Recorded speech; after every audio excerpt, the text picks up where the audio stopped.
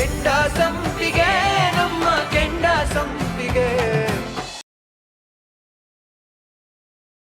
ಅಮ್ಮ ಪ್ಲೀಸ್ ಸಮಾಧಾನ ಮಾಡ್ಕೊಮ್ಮ ನೀನು. ಅವನಿಗೆ ಚಿಕ್ಕ ಮಗುನ ಅಷ್ಟೊಂದು ಭಯ ಬೀಳಕ್ಕೆ. ಏನೋ ಒಂದು ಸೀಕ್ರೆಟ್ ಮೀಟಿಂಗ್ ಇರ್ಬೋದು, ಅದಕ್ಕೋಸ್ಕರ ನೆಟ್ವರ್ಕ್ ಸಿಗದೆ ಇರೋ ಜಾಗಕ್ಕೆ ಹೋಗಿರ್ಬೋದು. ಅವನ್ ಯಾವತ್ತಾದ್ರೂ ಈ ತರ ಎಲ್ಲ ಮಾಡಿದನ? ಅದಕ್ಕೆ ಕಣೋ ಗಾಬರಿ ಆಗ್ತಿರೋದು. ಹೌದಮ್ಮ, ಅವ್ನಿಗೆ ಯಾವತ್ತೂ ಈ ತರ ಮಾಡೇ ಇಲ್ಲ. ಅಕಸ್ಮಾತ್ ಅವ್ನು ಎಲ್ಲೇ ಹೋಗೋದಿದ್ರು ನೀನ್ ಹೇಳಿನೇ ಹೋಗ್ತಾನೆ. ಬಟ್ ಇವತ್ತಾಕೆ ಈ ತರ ಮಾಡ್ದ ಅಂತ ಗೊತ್ತಾಗ್ತಿಲ್ಲ. ಜಯರಾಮ, ನನಗೆ ಯಾಕೋ ತುಂಬಾ ಭಯ ಆಗ್ತಿದೆ ಕಣೋ. ಎಲ್ಲಿಗೋ ಹೋಗೋದು, ಎಲ್ಲಿ ಹುಡ್ಕೋದು? ಅಮ್ಮ, ಇನ್ನೊಂದ್ ದಾರಿ ಇದೆ. ಮಂತ್ರಿಗಳು ಆಸ್ಪತ್ರೆಯಲ್ಲಿ ಇದಾರಲ್ಲ, ಅಲ್ಲಿಗೆ ಹೋದ್ರೆ ಅವ್ರಿಗೇನಾದ್ರೂ ಗೊತ್ತಿರ್ಬೋದಲ್ವಾ? ಹಲೋ, ರಾತ್ರಿ ಇಲ್ಲಿ ಕೆಟ್ಟ ಎಡೆ ಕೊಡ್ಬೇಡ. ಮಂತ್ರಿಗಳನ್ನ ನೋಡಕ್ಕೆ ನಮ್ಮನ್ನ ಬಿಡ್ತಾರ ಒಳಗಡೆ. ನಾವು ತೀರ್ಥನ್ ಕಡೆಯವ್ರು ಅಂತ ಹೇಳಿದ್ರು ಕೂಡ ಒಳಗಡೆ ಬಿಡಲ್ಲ, ಅಷ್ಟೊಂದು ಟೈಟ್ ಸೆಕ್ಯೂರಿಟಿ ಇರುತ್ತೆ. ಅಲ್ಲಾರು ಪೊಲೀಸರು ಇದ್ದಂಗಿದ್ದಾರೆ. ಒಂದ್ ನಿಮಿಷ ಇರಮ್ಮ, ಸೈಡ್ಗೆ ಹಾಕ್ತೀನಿ. ಸರ್, ಆ ಥರ ಏನೂ ಸಮಸ್ಯೆ ಇಲ್ಲ ಸರ್. ಪ್ರತಿ ಗಾಡಿನೂ ಚೆಕ್ ಮಾಡ್ತಾ ಇದ್ವಿ. ಆ ಗಾಡಿ ನಿಲ್ಸ್ರೆ, ಕರ್ಕೊಂಬಂದ್ರೆ. ಹಾಂ, ಆಯ್ತು sir. I will call back sir. Right right sir, right. ಯಾರು ನೀವು? ಸರ್, ನನ್ನ ಹೆಸರು ಜಯರಾಮ್ ಅಂತ. ಕೇಶವ್ ಸ್ಟೀಲ್ಸ್ ನ ಓನರ್ ಕೇಶವ್ ಪ್ರಸಾದ್ ಇದಾರಲ್ಲ, ಅವ್ರ ದೊಡ್ಡ ಮಗನ. ಎಲ್ಲಿಂದ ಬರ್ತಾ ಇದ್ದೀರಾ? ಸರ್, ನನ್ ಮಗ ಕಾಣಿಸ್ತಾ ಇಲ್ಲ ಸರ್. ಎಲ್ಲ ಕಡೆ ಹುಡುಕಿದ್ವಿ ಸರ್. ಅವ್ನ್ ಫೋನು ಸ್ವಿಚ್ ಆಫ್ ಅಲ್ಲಿದೆ.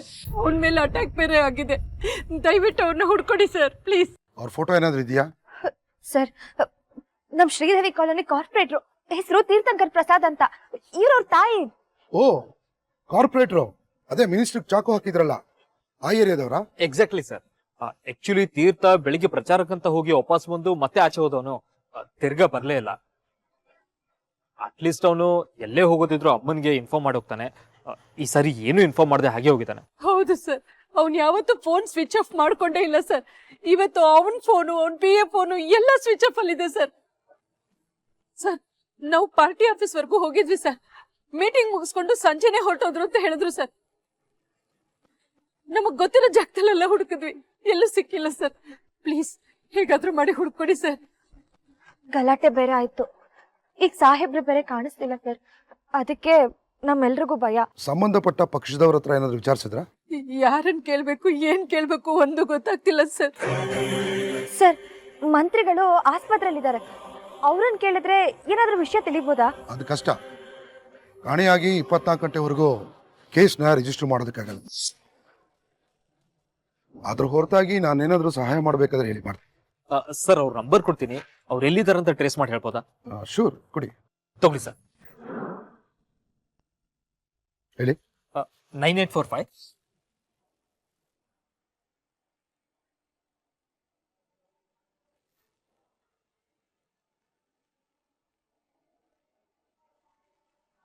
ಸರ್,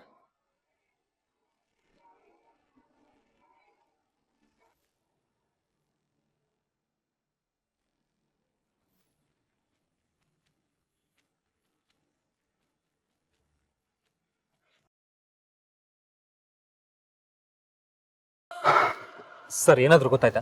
ಅವರ ಲಾಸ್ಟ್ ಕಾಲ್ ಬಂದು ರಾಯಲ್ ಪ್ರಿನ್ಸ್ ಹೋಟ್ಲ್ ಹತ್ರ ಟ್ರೇಸ್ ಆಗಿದೆ. ಬಹುಶಃ ಕಾರ್ಪೊರೇಟರ್ ಅಲ್ಲಿದ್ರು ಇರ್ಬೋದು. ಇನ್ ಕೇಸ್ ಅವ್ರು ಇಲ್ಲ ಅಂದ್ರೆ ನನಗೆ ಇನ್ಫಾರ್ಮ್ ಮಾಡಿ.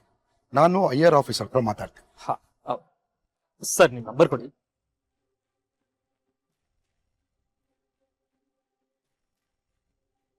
ಅಮ್ಮ, ರೇ, ಬನ್ರಿ ಇಲ್ಲಿ.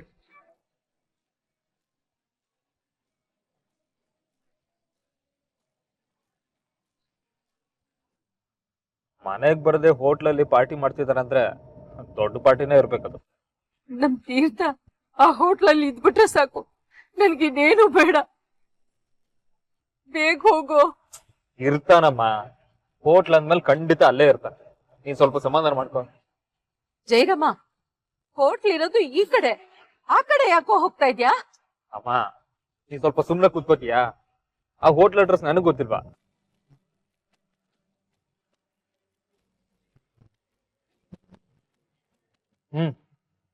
ಇಟ್ಕೊಳ್ಳಿ. ಅಕಸ್ಮಾತ್ ಸಾಹೇಬ್ರಿದ್ರೆ ಅವ್ರ ದರ್ಶನ ಆದ್ರೂ ಆಗ್ಬೋದು. ಅಯ್ಯಯ್ಯೋ ಇಂಥ ಸ್ಟಾರ್ ಹೋಟ್ಲಾಗ ಒಂದು ಪ್ಲಗ್ ಇಲ್ಲಲ್ಲ ಚಾರ್ಜ್ ಹಾಕಕ ಎಲ್ಲಿ ಹೋಗಿ ತೊಗೊಂಡೋಗಿ ಚುಚ್ಚಲಿದ್ನ ಅಯ್ಯೋ ಯಾವನೊಬ್ಬ ಬರಕತ್ತಾನ ಬಾ ಬಾ ಬಾ ಬಾ ಬಾ ಬಾ ಶೂಸ್ ಮೀ ಖಾಲಿ ಲೇಟ್ ಆಗ this mobile charging switch off you ಪ್ಲಿನ್ ಪ್ಲಗ್ಗಿಂಗ್ ಸ್ವಿಚಿಂಗ್. ಸರ್ ನನಗೂ ಕನ್ನಡ ಬರುತ್ತೆ, ಏನಾಗ್ಬೇಕಿದೆ? ಅಯ್ಯೋ ಕನ್ನಡ ಬರ್ತತೆ ನಿಂಗೆ? ಅಯ್ಯ ಮಂಗನಿಕೆ ಹೆದರ್ಬಿಟ್ಟಿದ್ನಲ್ಲ ಇಂಗ್ಲೀಷ್ ಮಾತಾಡ್ತೀನಿ ಅಂತ. ಇದು ಚಾರ್ಜ್ ಹಾಕ್ಬೇಕು, ಪ್ಲಗ್ ಎಲ್ಲ ಐತಿ. ನಿಮ್ಮ ರೂಮ್ನಲ್ಲೇ ಇದೆಯಲ್ಲ ಸರ್? ಅದನ್ನ ಹೇಳಕ್ ನೀನೇ ಬೇಕಿತ್ತ? Thank you, goodbye. ಹೋಗಲಿ.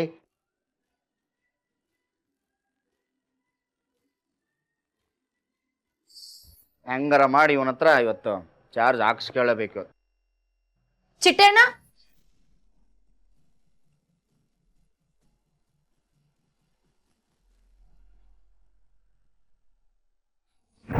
ಏನ್ರ ಆಗಿದೆ ನಿಮ್ಗೆ?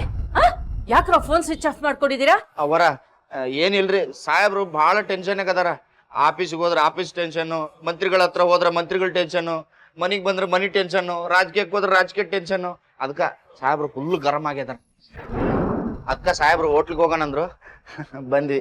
ಬಂದಿದ್ ತಪ್ಪಲ್ಲ ಚಿಟ್ಟಣ್ಣ, ಕೊನೆ ಪಕ್ಷ ವಿಷಯನಾದ್ರೂ ತಿಳಿಸ್ಬೋದಿತ್ತಲ್ವಾ? ಯಾಕ ಇಲ್ಲಿ ಬಂದು ಅವ್ರದ್ದು ನಿಮ್ದಿ ಹಾಳು ಮಾಡ್ಬೇಕಂತ ಏನಂದ್ರೆ? ಏನಿಲ್ರಿ ಅವರ ಸಾಹೇಬ್ರು ಇಲ್ಲದಾರಂತ ಗೊತ್ತಾದ್ರ ಹೋಗೋರು ಬರೋರು ಬಹಳ ಜನ ಆಕಾರ, ನಿದ್ದೆಲ್ಲ ಹಾಳಾಕತ್ತಲ್ಲ. ಅದಕ್ಕ ಫೋನ್ ಮೇಲೆ ಫೋನ್ ಬರಾಕತ್ತಿದ್ವು. ಮಾತಾಡಿ ಮಾತಾಡಿ ಮಾತಾಡಿ ಸ್ವಿಚ್ ಆಫ್ ಆಗ್ಬಿಡ್ತು. ನಿಮಗೆ ಫೋನ್ ಹಚ್ಚಕ್ ಆಗ್ಲಿಲ್ಲ ನನ್ಗ. ಏಯ್ ವಟ ವಟ ಅದಿದ್ ಸಾಕು. ಎಲ್ಲಿ ತಿರ್ತಾ ರೂಮಿಗೆ ಕರ್ಕೊಂಡೋಗ. ಈಗ ಸಾಹೇಬ್ರು ನೋಡಕ್ ಆಗಲ್ಲ. ಅಯ್ಯೋ ದೇವ್ರೆ, ಯಾಕಣ್ಣ? ತಲೆ ಕಟ್ಟಿದ್ಯಾ ನನಗೆ? ಎಲ್ಲ ತಿರ್ತನ್ರಮ್ಮ. ಅದು ಸಾಹೇಬ್ರು ನೋಡಕ್ ಆಗಲ್ಲ, ಮೀಟಿಂಗ್ನಾಗ ಅದಾರ ಅವರು. ಅಂದ್ರೆ ನಿಮ್ ಸಾಹೇಬ್ರನ್ನ ನೋಡ್ಬೇಕು ಅಂದ್ರೆ ನಾನು ಅಪಾಯಿಂಟ್ಮೆಂಟ್ ತಗೋಬೇಕಾ? ಏಯ್ ರೂಮ್ ನಂಬರ್ ಎಷ್ಟು? ಜಾಸ್ತಿ ವಟ ವಟ ಬೇಡ. 204 204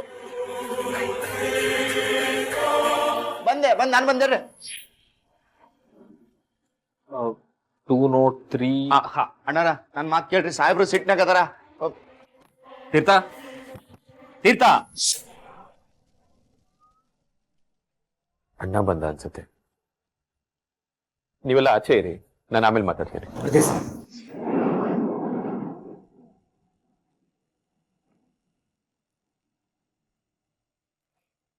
ಸಾಹೇಬ್ರ ನಾನೇನು ಅಡ್ರೆಸ್ ಕೊಟ್ಟಿಲ್ರಿ, ಅವರ ಹುಡ್ಕೆ ಬಂದಾರ.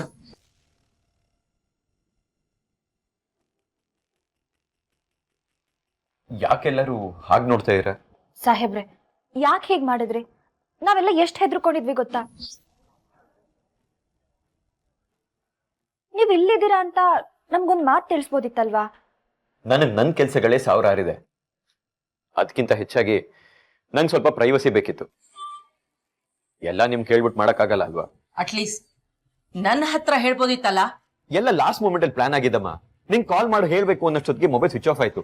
ನೋಡು, ಇವಾಗ ಮೊಬೈಲ್ ಚಾರ್ಜ್ ಹಾಕಿದ್ದೀನಿ. ತೀರ್ಥ, ಇವೆಲ್ಲ ಚಿಕ್ಕ ಮಕ್ಳು ಕೊಡುವಂತ ರೀಸನ್ಸ್. ಇಷ್ಟೊತ್ತವರೆಗೂ 4-5 ಜನ ಇಲ್ಲಿದ್ರು, ಅವ್ರ ಹತ್ರ ಫೋನ್ ಇರ್ಲಿಲ್ಲ. ನಿನಗೆ ಹೇಳ್ಬೇಕನ್ನೋ ಮನಸ್ಸಿರ್ಲಿಲ್ಲ, ಅದಕ್ಕೋಸ್ಕರ ನೀನ್ ಹೇಳಲಿಲ್ಲ ಅಷ್ಟೇ ಅಲ್ವಾ?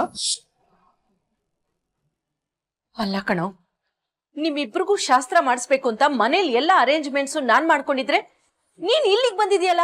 ಏನಮ್ಮ, ಎಲ್ಲಿಂದ ಎಲ್ಲಿ ಕನೆಕ್ಟ್ ಮಾಡ್ತಾ ಇದೀಯಾ? ನನ್ಗೆ 100 ತೊಂದರೆಗಳಿದೆ. ನಿಮ್ಗೆ ಹೇಳಿದ್ರೆ ಅದು ಅರ್ಥನೇ ಆಗಲ್ಲ ಅಲ್ವಾ? ನಿಮ್ಗೆ ಹೇಗೆ ನಿಮ್ ಕೆಲಸಗಳು ಅದೇ ಸಮಯದಲ್ಲಿ ಆಗ್ಬೇಕು ಅಂತ ಇರುತ್ತೋ, ನನ್ ಕೆಲಸಗಳು ಅದೇ ಸಮಯದಲ್ಲಿ ಆಗ್ಬೇಕು ಅಂತ ಇರುತ್ತೆ.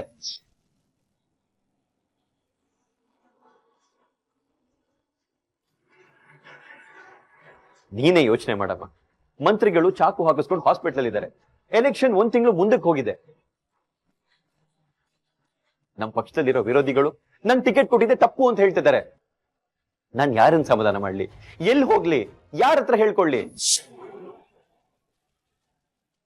ಕೊನೆ ಪಕ್ಷ ಮನೆಗ್ ಬಂದು ನೆಮ್ಮದಿಯಾಗಿ ಮಲ್ಕೋಣ ಅಂತ ಹೇಳಿದ್ರೆ ಅಲ್ಲೂ ಸಮಸ್ಯೆಗಳು, ಅಲ್ಲೂ ತೊಂದ್ರೆ.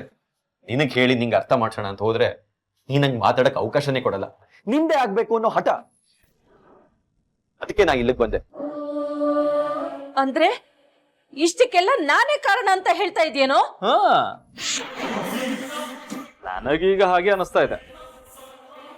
ಈಗೇನು ಮನೆಗ್ ಬರ್ತೀಯೋ ಇಲ್ವೋ? ಅತ್ತೆ, ಅವ್ರ ಸಮಸ್ಯೆಗಳನ್ನ ಹೇಳ್ಕೊಂಡ್ಮೇಲೂ ನಾವು ಅವ್ರಿಗೆ ಹಿಂಸೆ ಕೊಡೋದು ತಪ್ಪು. ಅವ್ರ ಕೆಲ್ಸಗಳನ್ನೆಲ್ಲ ಮುಗಿಸ್ಕೊಳ್ಳಿ. ಬನ್ನಿ ನಾವು ಹೋಗೋಣ. ಶುರು ಮಾಡಿದ್ಯಾ? ಹಾ? ಅತ್ತೆ, ಅವ್ರ ಮುಖ ನೋಡಿದ್ರೇನೆ ಅವ್ರು ಎಷ್ಟು ಒತ್ತಡದಲ್ಲಿದ್ದಾರೆ ಅಂತ ಗೊತ್ತಾಗ್ತಿದೆ. ಅವ್ರಿಗೆ ಹಿಂಸೆ ಕೊಡೋದು ಬೇಡ ಅತ್ತೆ. ಸಾಹೇಬ್ರೆ, ಬಿಡ್ಬಿದ್ದಾಗ ಅತ್ತೆಗೆ ಆಗಾಗ ಫೋನ್ ಮಾಡ್ತೀರಿ. ಬನ್ನಿ ಅತ್ತೆ.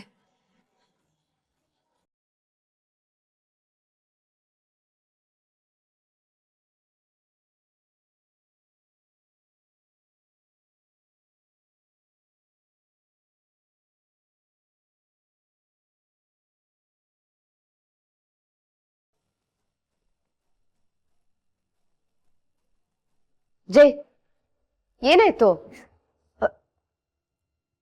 ತೀರ್ಥ ಸಿಕ್ಕದ್ನ? ಸಿಗ್ದ. ಎಲ್ಲಿದ್ದಾನೆ ಮತ್ತೆ? ಹೋಟೆಲ್ ಅಲ್ಲಿ. ಹೋಟೆಲ್ಲ? ಹಾ, ಬರೀ ಹೋಟೆಲ್ ಅಲ್ಲ, ಸ್ಟಾರ್ ಹೋಟ್ಲು. AC ಹಾಕೊಂಡು ಆರಾಮಾಗಿದೆ. ಮನೆಗೆ ಬರೋ ಹೋಗೋಣ ಅಂತ ಹೇಳ್ದೆ. ನಾ ಬರಲ್ಲ, ಇಲ್ಲೇ ಇರ್ತೀನಿ ಅಂತ ಹೇಳ್ದ. ನಮ್ಮಮ್ಮ ನೋಡಿದ್ರೆ ಆಕಾಶ ಭೂಮಿನ ಒಂದ್ ಮಾಡ್ತಿದ್ರು. ಹೋಗೆ, ಬಾಯ್, ಗುಡ್ ನೈಟ್. ನಾ ಮಲಗ್ತೀನಿ.